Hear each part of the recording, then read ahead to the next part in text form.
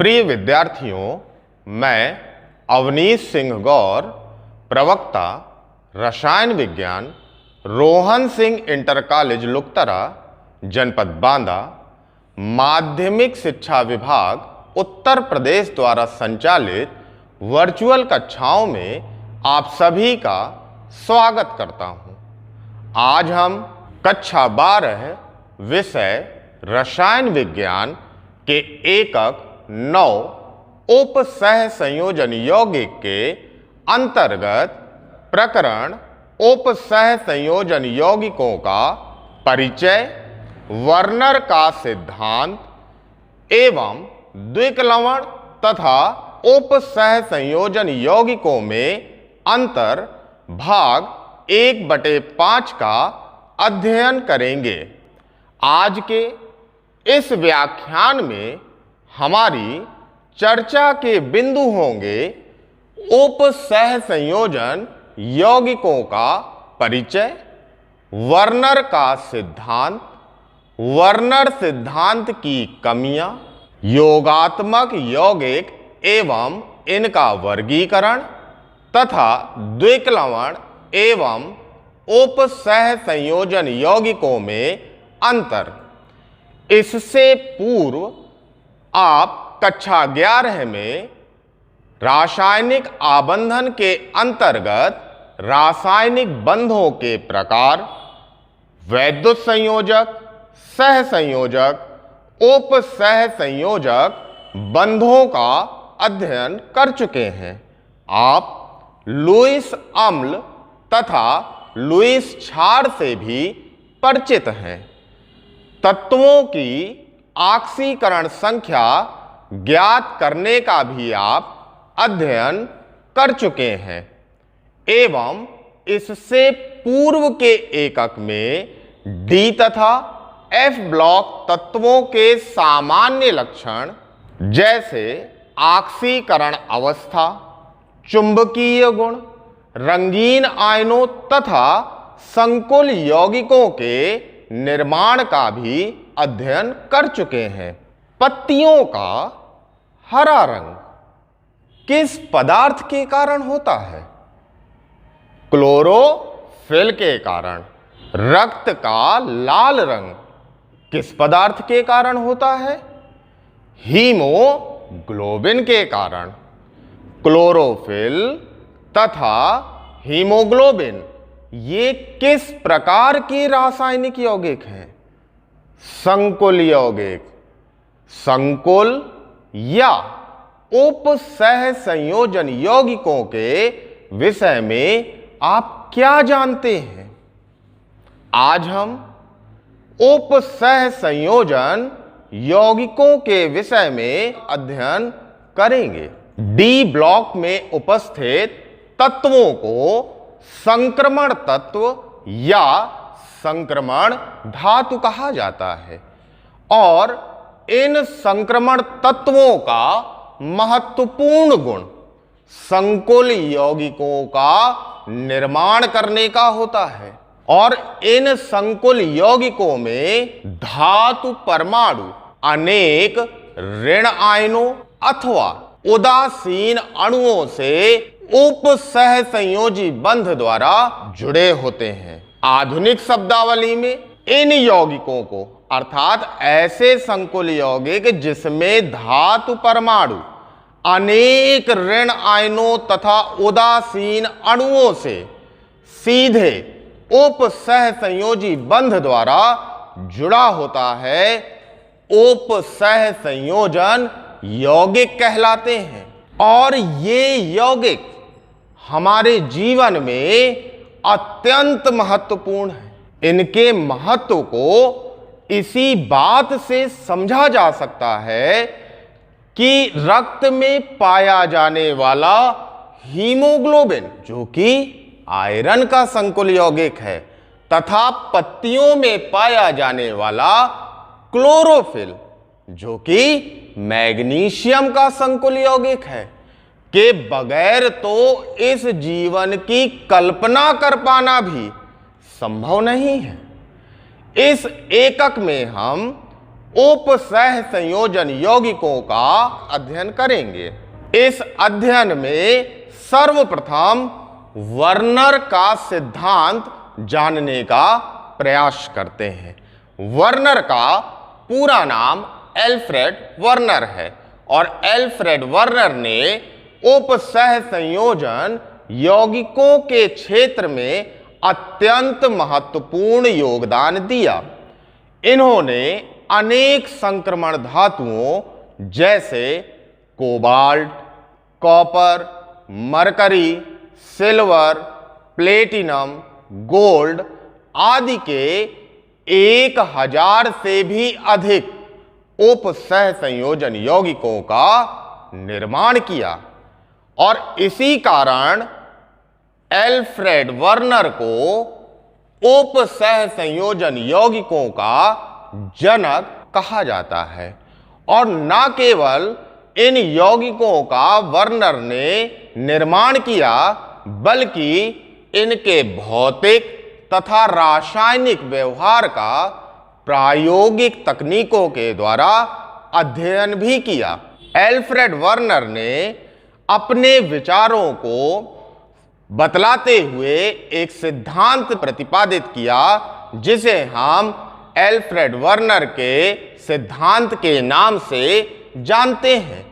और इस सिद्धांत की प्रमुख अवधारणाएं इस प्रकार से हैं। सबसे पहले उपसह संयोजन यौगिकों में धातुएं यानी किसी भी उपसह संयोजन यौगिक में जो भी धातु होगी वह 2 प्रकार की संयोजकताएं प्रदर्शित करती हैं, प्राथमिक तथा द्वितीयक। अब इन संयोजकताओं का हम क्रमवार अध्ययन करते हैं। प्राथमिक संयोजकताएं, किसी भी धातु की जो प्राथमिक संयोजकता होती है वह आयनन योग्य होती है एवं ऋण आयनों के द्वारा संतुष्ट होती है। इन्हें डॉट युक्त रेखाओं से प्रदर्शित किया जाता है एवं इनका मान धातु परमाणु पर उपस्थित आवेश के बराबर होता है। जैसे आप चित्र में देख रहे हैं, यहाँ M और L को एक डॉट युक्त रेखा के द्वारा जोड़ा गया है। दूसरा है हमारा द्वितीयक संयोजकताएं। द्वितीयक संयोजकताएं आयनन योग्य नहीं होती, ये उदासीन या ऋण आयनों के द्वारा संतुष्ट होती हैं। प्राथमिक संयोजकताएं केवल ऋण आयन के द्वारा संतुष्ट हो रही थी, लेकिन द्वितीयक संयोजकताएं उदासीन अणु से भी संतुष्ट हो सकती हैं अथवा ऋण आयन के द्वारा भी संतुष्ट हो सकती हैं और इन्हें संकुल की संरचना में सतत या मोटी रेखाओं के द्वारा प्रदर्शित किया जाता है। द्वितीयक संयोजकता धातु की समन्वय संख्या के बराबर होती है और प्रत्येक धातु की समन्वय संख्या का मान निश्चित होता है, जैसे Pt4+ आयन, Fe+3 आयन एवं CO+3 आयन की समन्वय संख्या 6 होती है, जबकि copper second ion, nickel second ion की समन्वय संख्या 4 होती है। कुछ ऋण आयन ऐसे भी होते हैं जिसमें धातु की प्राथमिक तथा द्वितीयक दोनों संयोजकताओं को संतुष्ट करने का गुण होता है। इस स्थिति में ऋण आयन को धातु परमाणु के साथ मोटी तथा डॉट युक्त दोनों रेखाओं के द्वारा जोड़ा जाता है और इस प्रकार के ऋण आयन जल में मिलाने पर आयनित नहीं होते हैं। धातुओं की समन्वय संख्या सामान्यतः 2, 4 या 6 होती है। अगली अवधारणा है कि धातु की द्वितीयक संयोजकताओं से जुड़े ऋण आयन या उदासीन अणु त्रिविम क्षेत्र में निश्चित स्थान को घेर कर संकुल को निश्चित ज्यामितीय आकृति प्रदान करने का कार्य करते हैं। अर्थात संकुल यौगिकों की ज्यामितीय आकृति का निर्धारण उनकी समन्वय संख्या के आधार पर किया जाता है। यदि संकुल यौगिक में धातु परमाणु 2 समन्वय संख्या प्रदर्शित करता है तब इस प्रकार के संकुल यौगिकों की ज्यामितीय आकृति रेखीय होती है एवं जब संकुल यौगिक में धातु परमाणु 4 समन्वय संख्या प्रदर्शित करता है, तब इस प्रकार के यौगिकों में की ज्यामितीय आकृति वर्ग समतलीय या चतुष्फलकीय होती है, तथा जब संकुल यौगिकों में धातु परमाणु 6 समन्वय संख्या प्रदर्शित करता है, तब इस प्रकार के संकुल यौगिकों की ज्यामितीय आकृति अष्टफलकीय होती है। उपसहसंयोजन यौगिकों में धातुएं कितनी प्रकार की संयोजकताएं प्रदर्शित करती हैं? 2 प्रकार की, प्राथमिक तथा द्वितीयक। यदि कोई ऋण आयन धातु की प्राथमिक तथा द्वितीयक दोनों संयोजकताओं को संतुष्ट करता है, तो उसे धातु परमाणु के साथ किन रेखाओं के द्वारा जोड़ा जाता है? डॉट युक्त तथा मोटी अर्थात सतत दोनों रेखाओं के द्वारा। वर्नर के प्रयोगों के बारे में आप क्या जानते हैं? वर्नर का सिद्धांत सैद्धांतिक प्रेक्षणों पर आधारित न होकर प्रायोगिक प्रेक्षणों पर आधारित था। अतः अब हम वर्नर के इसी सिद्धांत को वर्नर के द्वारा किए गए प्रयोगों के आधार पर समझने का प्रयास करते हैं। वर्नर ने कोबाल्ट थर्ड क्लोराइड, जैसा कि आप चित्र में देख पा रहे हैं, कोबाल्ट थर्ड क्लोराइड COCl3 जो कि लाल रंग का यौगिक होता है, इसकी क्रिया अमोनिया के साथ कराई और कराकर एक से अधिक प्रकार के, जैसे COCl3 × 6NH3 जो पीले रंग का यौगिक होता है, COCl3 × 5NH3 जो बैगनी रंग का यौगिक है, एवं COCl3 × 4NH3 जो कि हरे रंग का होता है, का निर्माण किया। और इन यौगिकों के विलयन में सिल्वर नाइट्रेट विलयन आधिक्य में मिलाने पर कुछ क्लोराइड आयन सिल्वर क्लोराइड के रूप में अवक्षेपित हो जाते हैं। जैसा कि आप चित्र से देख पा रहे हैं कि 1 मोल COCl3 × 6NH3 के विलयन को जब हम सिल्वर नाइट्रेट विलयन के आधिक्य में मिलाते हैं, तब यह 3 मोल AgCl अवक्षेपित करता है। इसी प्रकार 1 मोल COCl3 × 5NH3 का विलयन 2 मोल AgCl अवक्षेपित करता है, तथा 1 मोल COCl3 × 4NH3 का विलयन 1 मोल AgCl ही अवक्षेपित कर पाता है। इन सूत्रों में आप देख रहे हैं प्रत्येक यौगिक के पास 3 क्लोराइड आयन हैं, फिर भी यह सिल्वर नाइट्रेट के साथ सिल्वर क्लोराइड के अलग अलग मात्राएं अवक्षेपित करते हैं। जैसे पहला यौगिक 3 मोल, दूसरा यौगिक 2 मोल तथा तीसरा यौगिक तो केवल 1 ही मोल AgCl अवक्षेपित करता है। तो क्या कारण है कि इनमें वेरिएशन आ रहा है? इस वेरिएशन को अब हम वर्नर सिद्धांत की सहायता से समझने का प्रयास करते हैं। पहला कंपाउंड COCl3 × 6NH3 में कोबाल्ट की प्राथमिक संयोजकता, जो कि उसके आवेश के बराबर होगी, 3 होती है तथा द्वितीयक संयोजकता 6 होती है। प्राथमिक संयोजकताएं केवल ऋण आयनों द्वारा संतुष्ट होती हैं।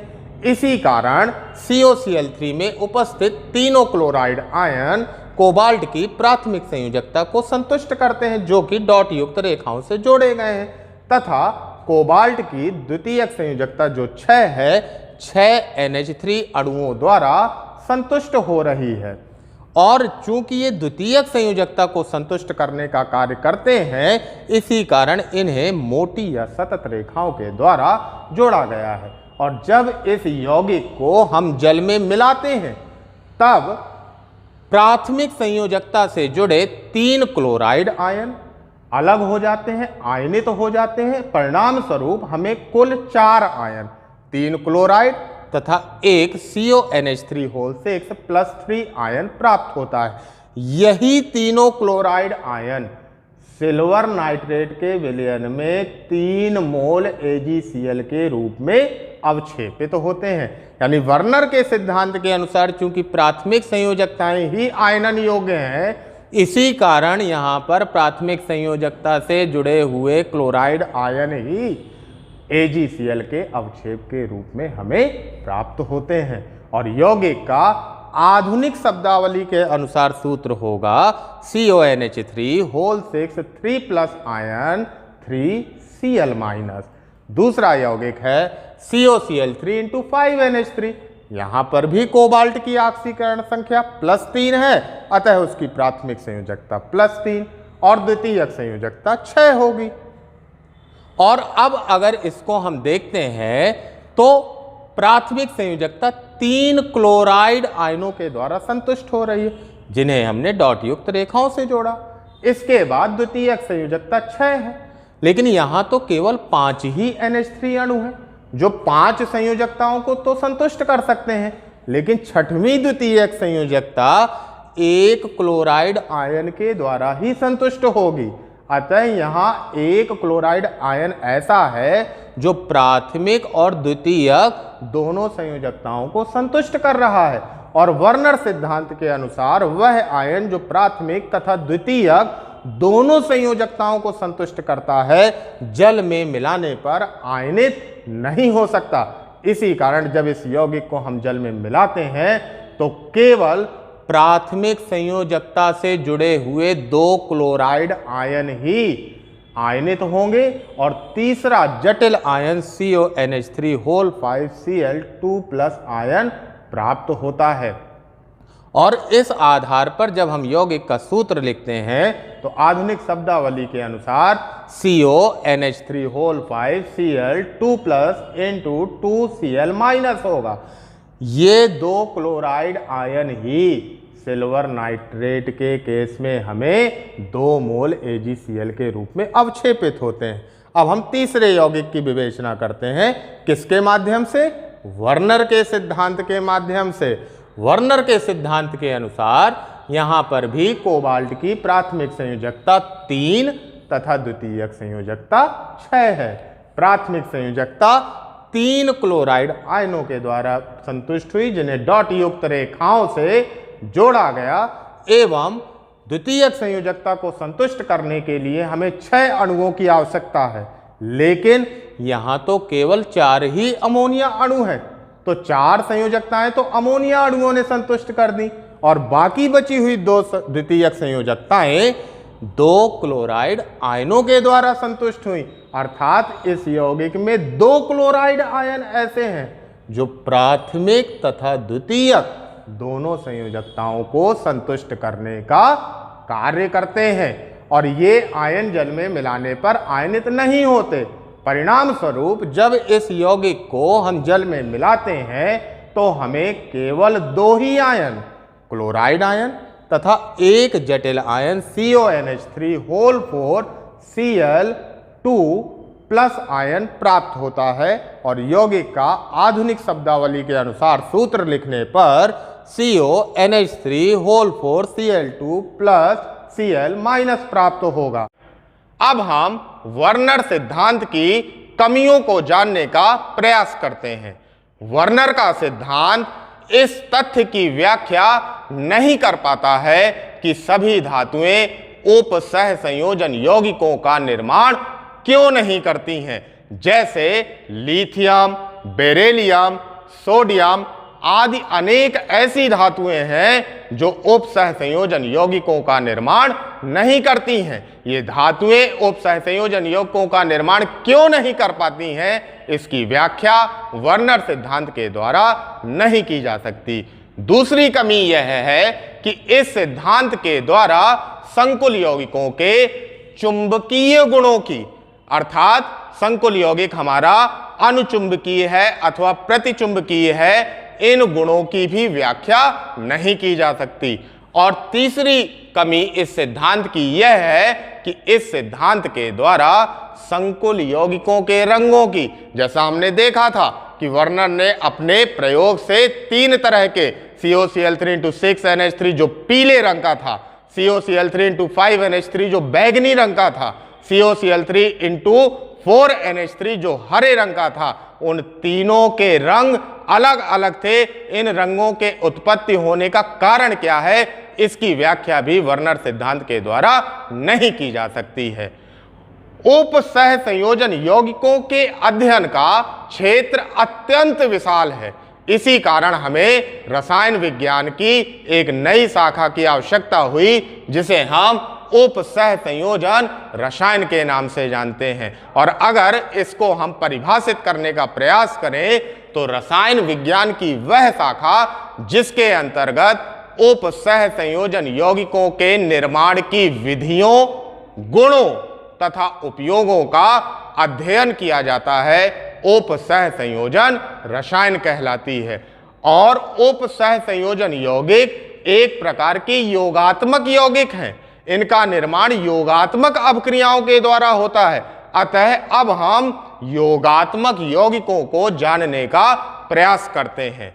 जब दो या दो से अधिक स्थायी यौगिकों के निश्चित अनुपात वाले विलयनों को आपस में मिलाकर क्रिस्टलित किया जाता है, तब इस प्रकार प्राप्त होने वाले यौगिक योगात्मक यौगिक कहलाते हैं। जैसे पोटेशियम सल्फेट K2SO4 तथा aluminium sulphate Al2SO4 whole thrice के विलयनों को अगर हम आपस में मिश्रित करें और मिश्रित करके उनका क्रिस्टलन कराएं, तो क्रिस्टलन कराने पर हमें सफेद रंग के पोटास एलम, जिसका साधारण नाम फिटकरी होता है, के क्रिस्टल प्राप्त होते हैं। और इसका रासायनिक सूत्र K2SO4 Al2SO4 whole thrice into 24H2O होता है।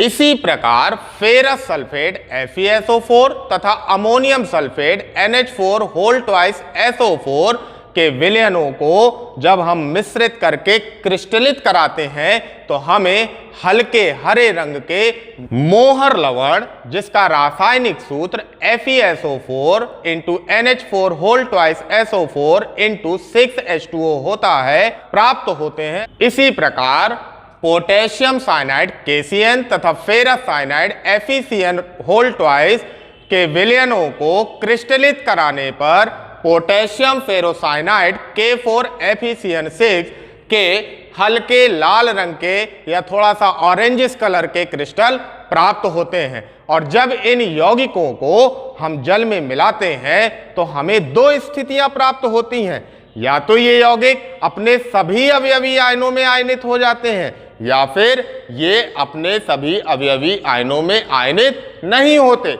इन्हीं स्थितियों के आधार पर अब हम योगात्मक यौगिकों के वर्गीकरण को समझने का प्रयास करते हैं। योगात्मक यौगिकों को मुख्य रूप से दो वर्गों, द्विक लवण तथा संकोल या जटिल या उप सह संयोजन यौगिकों में बांटा गया है। पहला है द्विक लवण।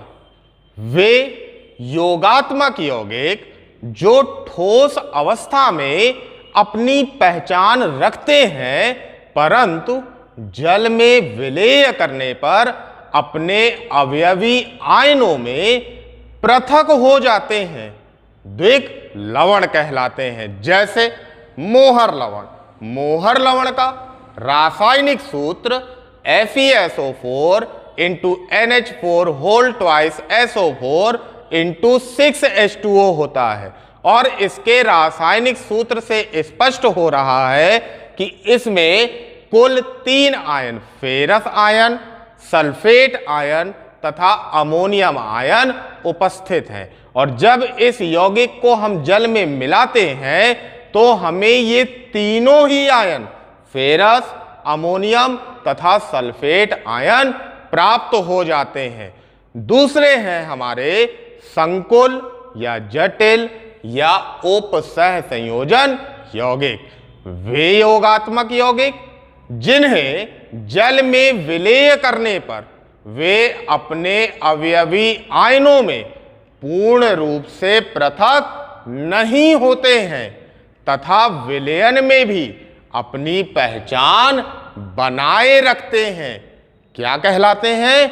उप सह संयोजन यौगिक कहलाते हैं। जैसे पोटेशियम फेरोसाइनाइड K4FeCN6 को जब हम जल में मिलाते हैं तो अब इसके रासायनिक सूत्र से स्पष्ट हो रहा है कि यहां 3 ion, potassium ion, ferrous ion तथा साइनाइड आयन उपस्थित है। लेकिन जब इसको हम जल में मिलाते हैं तो हमें पोटेशियम, फेरस तथा साइनाइड आयन प्राप्त नहीं होते और उनके स्थान पर केवल 2 ही आयन, पोटेशियम आयन तथा फेरोसाइनाइड आयन प्राप्त होते हैं। अब इन परिभाषाओं के माध्यम से हम द्विक लवण तथा उपसह संयोजन यौगिकों में अंतर स्पष्ट करने का प्रयास करते हैं। इन यौगिकों में पहला अंतर है, द्विक लवण ठोस अवस्था में स्थायी होते हैं, जबकि संकुल यौगिक ठोस एवं विलयन दोनों अवस्थाओं में अपनी पहचान बनाए रखते हैं। दूसरा अंतर है कि द्विक लवण अपने अवयवी आयनों के गुणों को प्रदर्शित करता है, लेकिन संकुल यौगिक सभी अवयवी आयनों के गुण प्रदर्शित नहीं कर पाता है। आज के इस व्याख्यान के माध्यम से आपने उपसह संयोजन यौगिकों का परिचय, वर्नर के सिद्धांत, वर्नर सिद्धांत की कमियों, योगात्मक यौगिक एवं इनके वर्गीकरण तथा द्विक लवण एवं उपसह संयोजन यौगिकों में अंतर स्पष्ट करने का अध्ययन किया। आज के इस व्याख्यान का गृह कार्य है प्रश्न संख्या 1, वर्नर की अभिधारणाओं के आधार पर उपसह संयोजन यौगिकों में आबंधन को समझाइए।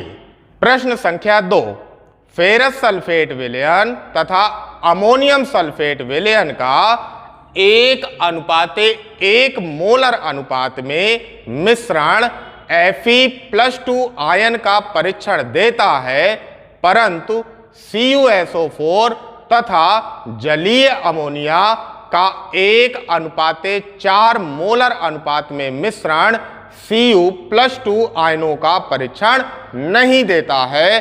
समझाइए क्यों। आज हमने कक्षा 12 विषय रसायन विज्ञान के एकक 9 उपसह संयोजन यौगिक के अंतर्गत प्रकरण उपसह संयोजन यौगिकों के परिचय, वर्नर का सिद्धांत, द्विक लवण एवं उपसह संयोजन यौगिकों में अंतर भाग 1/5 का अध्ययन किया। अगले वीडियो में हम कक्षा 12 विषय रसायन विज्ञान के एकक 9 उपसह संयोजन यौगिक के अंतर्गत प्रकरण उपसह संयोजन यौगिकों में प्रयुक्त शब्दावली भाग 2/5 का अध्ययन करेंगे। आप अगले भाग को समझने के लिए आज पढ़ाए गए भाग तथा अगले भाग में पढ़ाए जाने वाले पाठ्यांश को अपनी पाठ्य पुस्तक से पढ़कर और समझकर आएंगे। धन्यवाद।